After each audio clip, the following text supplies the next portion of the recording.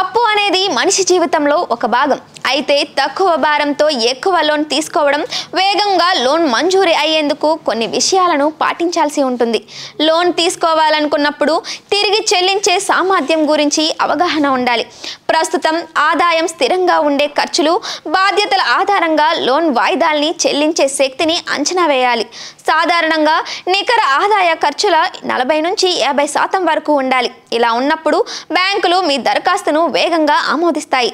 అందుకే లోన్ తీసుకునే ముందు మీ ఖర్చులు 40% మించకుండా చూసుకోవడం ముఖ్యం. బ్యాంకులు, ఫైనాన్షియల్ కంపెనీలు లోన్ దరఖాస్తును పరిశీలించేటప్పుడు లోన్ తీసుకునే వ్యక్తి క్రెడిట్ స్కోర్ రిపోర్టును పరిగణలోకి తీసుకుంటాయి. మీ క్రెడిట్ రిపోర్ట్లో క్రెడిట్ స్కోరు, లోన్ తిరిగి చెల్లించే చరిత్ర, ఇప్పటికే కొనసాగుతున్న లోన్ ఖాతాలు, పొదుపు ఖాతాల సమాచారాన్ని నిక్షిప్తమై ఉంటుంది. ఏ అవసరం కోసం లోన్ తీసుకుంటున్నాం అనేది చాలా ముఖ్యమైన అంశం. ఇంటి కొనుగోలు, కారు కొనుగోలు, పర్సనల్ లోన్ ఏది తీసుకున్నారు, ఏ బ్యాంకులో తీసుకోవాలి అనే అంశం కీలకంగా మారుతుంది. అప్పుడే సరైన చోట నుంచి లోన్ తీసుకోవచ్చు. చాలా మంది హోమ్ లోన్ తీసుకునేటప్పుడు బ్యాంకులను మాత్రమే పరిశీలిస్తారు. హోమ్ లోన్ ఇచ్చే సంస్థలు, నాన్ బ్యాంకింగ్ సంస్థలు సైతం ఇప్పుడు హోమ్ లోన్స్ ఇస్తున్నాయి. కాబట్టి ఒకసారి అన్ని అవకాశాలను పరిశీలించి నిర్ణయం తీసుకోవాలి. చాలా మంది తమ అవసరానికి మించి ఎక్కువ లోన్ తీసుకునేందుకు ప్రయత్నిస్తుంటారు. ఇది సరైన నిర్ణయం కాదు. అవసరం మేరకే రుణాన్ని తీసుకోవడం మంచిది.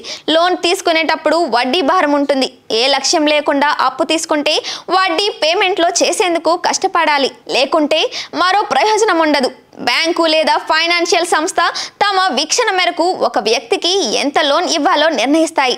లోన్ అర్హత షరతుపై సాధారణంగా వయసు, నెలవారీ ఆదాయం, ప్రస్తుతం ఉండే నివాసం వంటి వివరాలు ఉంటాయి. మీరు సంప్రదించే బ్యాంకు ఎలాంటి నిబంధనలు, షరతులు పెడుతుందో ముందే తెలుసుకోవాలి. లేకపోతే దరఖాస్తు చేసిన తర్వాత అర్హత సరిపోక దరఖాస్తు తిరస్కరణకు గురయ్యే అవకాశం ఉంటుంది.